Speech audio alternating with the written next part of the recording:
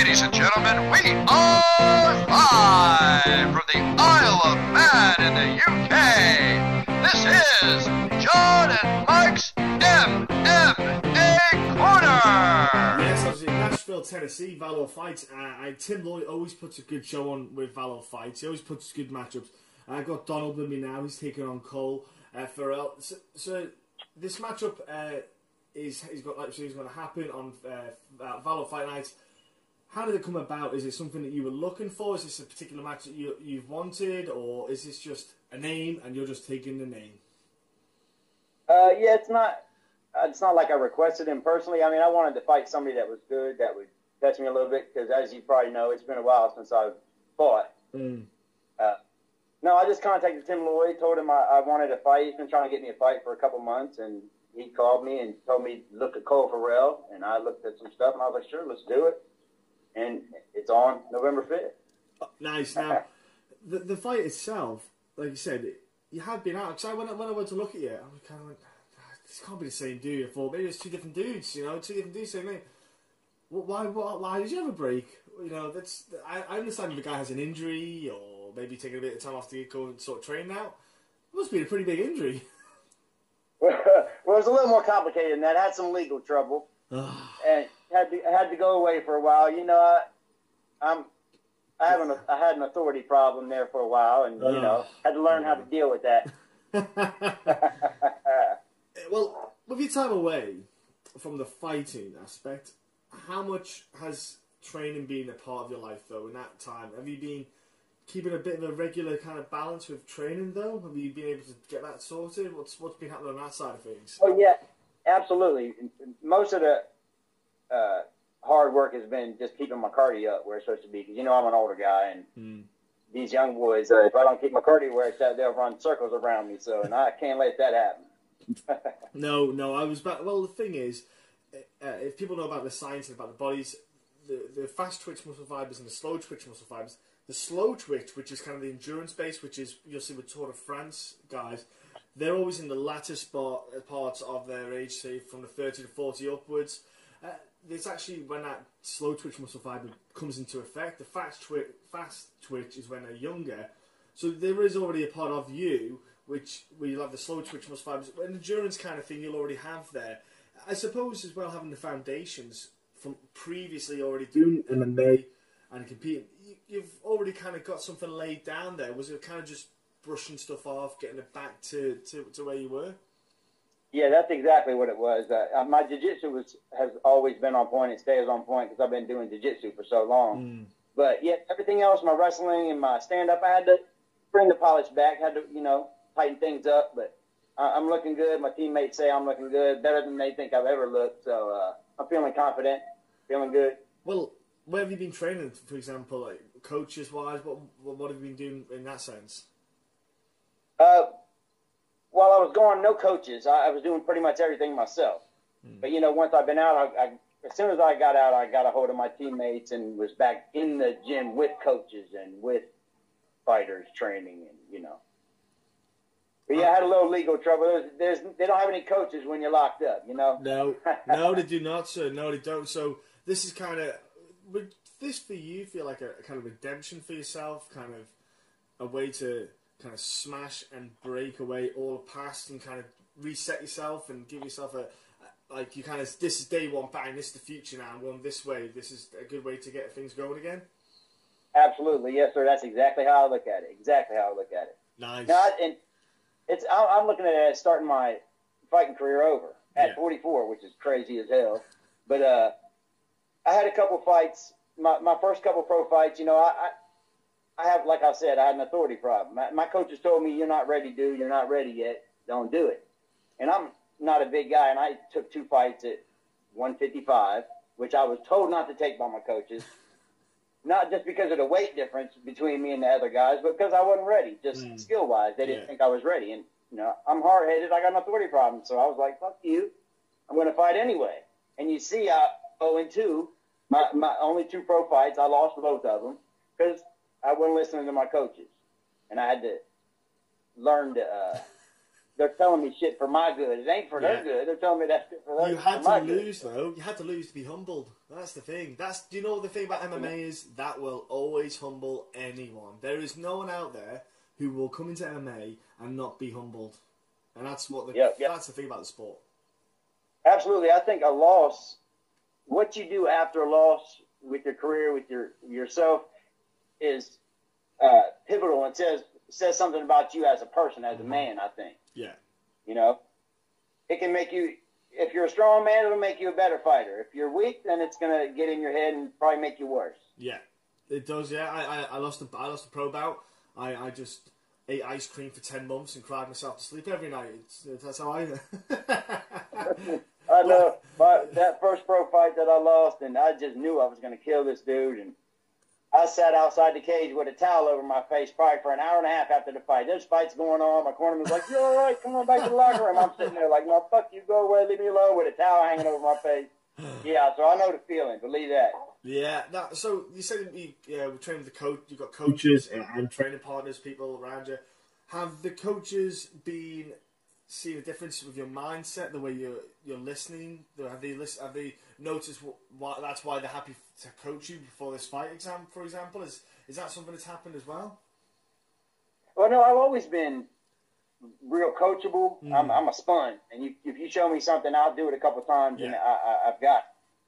I mean, I like to drill and rep things that I learned, but I can do it a few times, and I got it in my arsenal. But they're always happy to coach me. As soon as I called them, they were like, "Yes, come on, Team Chaos. You always got a spot here," you know. So that's nice. It's nice that the fact that they welcome you and they're happy to get you back in the way and support you in that way. Because a big thing about MMA is support, the community kind of side of things. You must have obviously you didn't have that for an extended period of time.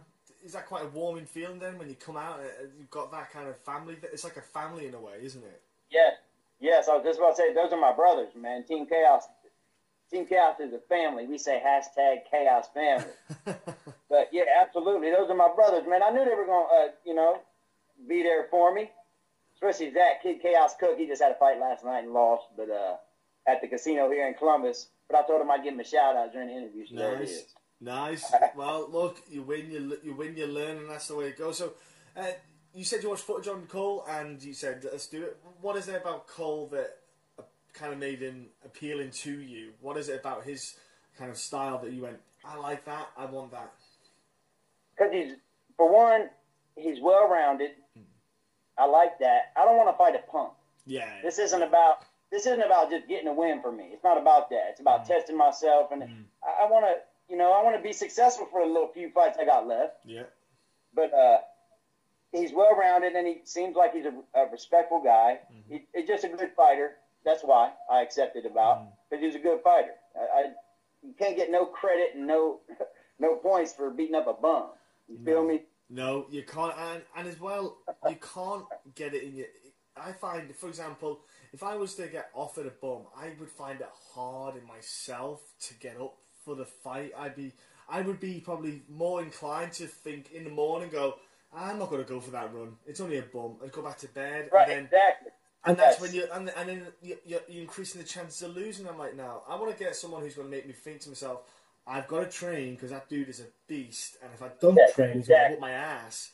I want to give him a fight. And that's a big key factor. Absolutely, yeah. I'm going to have to be on point, or this kid's going to whoop my ass. Yeah. And I'm not going to let that happen. It's all about keeping your head and not necessarily. I mean, we have a small game plan, but in MMA, game plans can go out the window that fast. Yeah, one punch can change it all. Yeah, absolutely. Exactly. I'm a take what the guy gives me kind of fighter. I mean, I move a lot. I'm big on the footwork thing. He can't kick my ass if he can't touch me. You feel me? Yes, absolutely. Yeah, it's starting to become more and more of a pivotal role in MMA. The footwork, almost trying to land and get out there before your opponent lands, especially cutting angles. It's a big thing, especially when you see it in the 125, 135, and 145 divisions. Especially they're more prominent. Obviously when you think about heavyweight, I kind of give them a lot. I cut a lot of slack to heavyweights for not having the good footwork. I don't expect Yeah, it's a little harder for them. It's a lot harder. They do it just really slow, so it's fine. Right. Okay. But yeah, with the low weight classes, you're starting to see that more. It's starting to something it's slowly kind of coming into every fighter's game plan. They're starting to realise, you know, you can't stand there and be rock and sock and kind of style fighter. Yes, it gets fans. Yes, it gets people wanting to put their, you know, their hands in their pockets and pay to watch a fight. But at the same time, you can't do that all the time. You can't do that every week. But if you go in there and you don't get hit that much, you can fight more often. You can get more out of yourself. And there's a lot more to it now. It's a thinking man's game, so to speak, when the sport and women, and ladies. Right. Yeah, T.J. Dillashaw and Dominic Cruz have opened everybody's eyes up on how that footwork can be used to keep from getting hit. Yeah. And and to win fights. Yeah.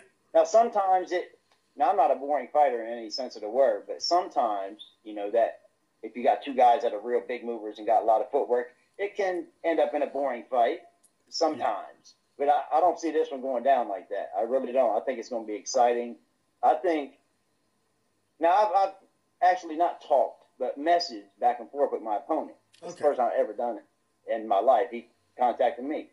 Real respectful. I mean, I was surprised. But I think this is going to be the fight that everybody is talking about at the end of the night. When it's all over with, they're going to be talking about Donald Hockenberry and Cole Ferrel's fight. Well, that's a good way to put it, man. That's a good way to sell the fight. That's a good way to get people's attention onto it. Because Valor Fights, I tell you one thing Tim Lloyd's doing with that promotion, he's doing it at a steady pace, but he's bringing that promotion more and more to the public eye around not just Nashville, UK, Europe, Australia, world. The world is starting to get their eyes a little bit more and more on Valor Fights because, he's putting respectful fights on. He's putting good matchups on. He's getting some good names in. He's getting guys who are amateur and bringing them up through the ranks. He's doing it the right way, and I think I appreciate a promotion that does it the right way and not doing it just to sell tickets or putting on bum fights. For example, giving a guy, he's 12-0, he's fighting a guy who's lost 60 fights in a row. I can't dig that, and it happens. We're weeding it out, but do you know what? You're doing a good move here, selling the fight, putting up. I'm telling you now, I'm sure people are going to be watching the fight, and I'm sure they're going to be tuned in. And for yourself, it's more than just a fight, and I think that's a big thing for you. It's more than just a fight. It's that kind of redemption in life to get going again, and making a good 2017, so to speak. It's a good way to preempt 2017, isn't it? That's right. I suppose. That's right. Exactly. Turning a new page. Exactly. That's a good way to put it. Yeah. And look, I want you to have a fantastic time at Valor Fights. I know Tim looks after the people there. Whenever they show up, he always looks after everyone. All I hear is good, positive things from every fighter that's been on there. So look, have a great time. Have a great fight. Before I let you go, though, can you said it's Team Chaos, but for people who don't know, who live in the area, surrounding area, that maybe want to train MMA, maybe not just to compete, but maybe to keep fit or just to keep their mind active, can you let everyone know where the gym is? Give a shout out to coaches, training partners, all that good stuff. If you've got any social media, stick it out there. It's your time to just give it out there, buddy. All right, cool, great. Team Chaos, right now we're training out of my buddy Donnie Corbell's garage. I mean, you go in there, it looks like a gym. Because the gym we were in got shut down. And it wasn't a Team Chaos gym. We were just Team Chaos going there to train. Yeah. And that got shut down. Now we're just in my buddy's garage, but it's our stand-up coach, Zach Waltz. I'm pretty much the jiu-jitsu coach. If you got jiu-jitsu questions, I'm the one they come to, and I'm the one who shows them what to do and what to drill. We got a lot of good fighters, though, man. Guys coming up, Marquise, the hybrid fighter, Johnson, Donnie Destroyer Corbell. Let's see, Zach, Kid Chaos Cook. I'm like, I could go on and on, man, and you're going to have to tell me to stop. We got a bunch of good guys out there. Listen, and they're all young monsters. They push, every time we train, man, they push me to the limit. That's good. It's good, though, because it's getting you ready. Fight, train hard, fight easy, and that's what they're doing. That's a good thing. You can't thank them enough, I suppose. Look, like I said before, have a great time. Thank you so much for giving me some of your time today to talk before your fight. Thank you. This was a blast. Yeah, it was. I've enjoyed talking to you. And again, I want you to have a great time and just literally make the most of every every moment of the weekend, because that's what it's all about, making memories and just having a good time. Yes, sir. Win, lose, or draw. This is it's going to be the time of my life. I love just being in there in the cage, just the whole environment of the event. Yeah. Just the getting ready. I even like the weight cut. I've been doing the weight cut since I was wrestling in high school. Fair enough then, yeah. I like everything about it. You know, the grinding in the gym, the bruises when I get home and I can't bend my knee because it hurts. You know, all of it. You know, you do it. I was training today. I'm sat down now. It hurts to get up. I got you. My knee's a little tender right now, brother. Oh, my thighs are on fire. Look, hey, like I say, mate, thank you so much, and yes, thank you. I hope you tune in and watch too, brother. I will be pinging Tim to give me the link, because I'll be I'll get him to sort that out for me. Don't worry. I do tune into outside of the UFC. I do pay attention to shows outside of the UFC, so that's why I've got you on as well. You see that? That's why. That's right. Again, thank you so much again, and have a great time, sir. Yes, sir. Thank you, Bart.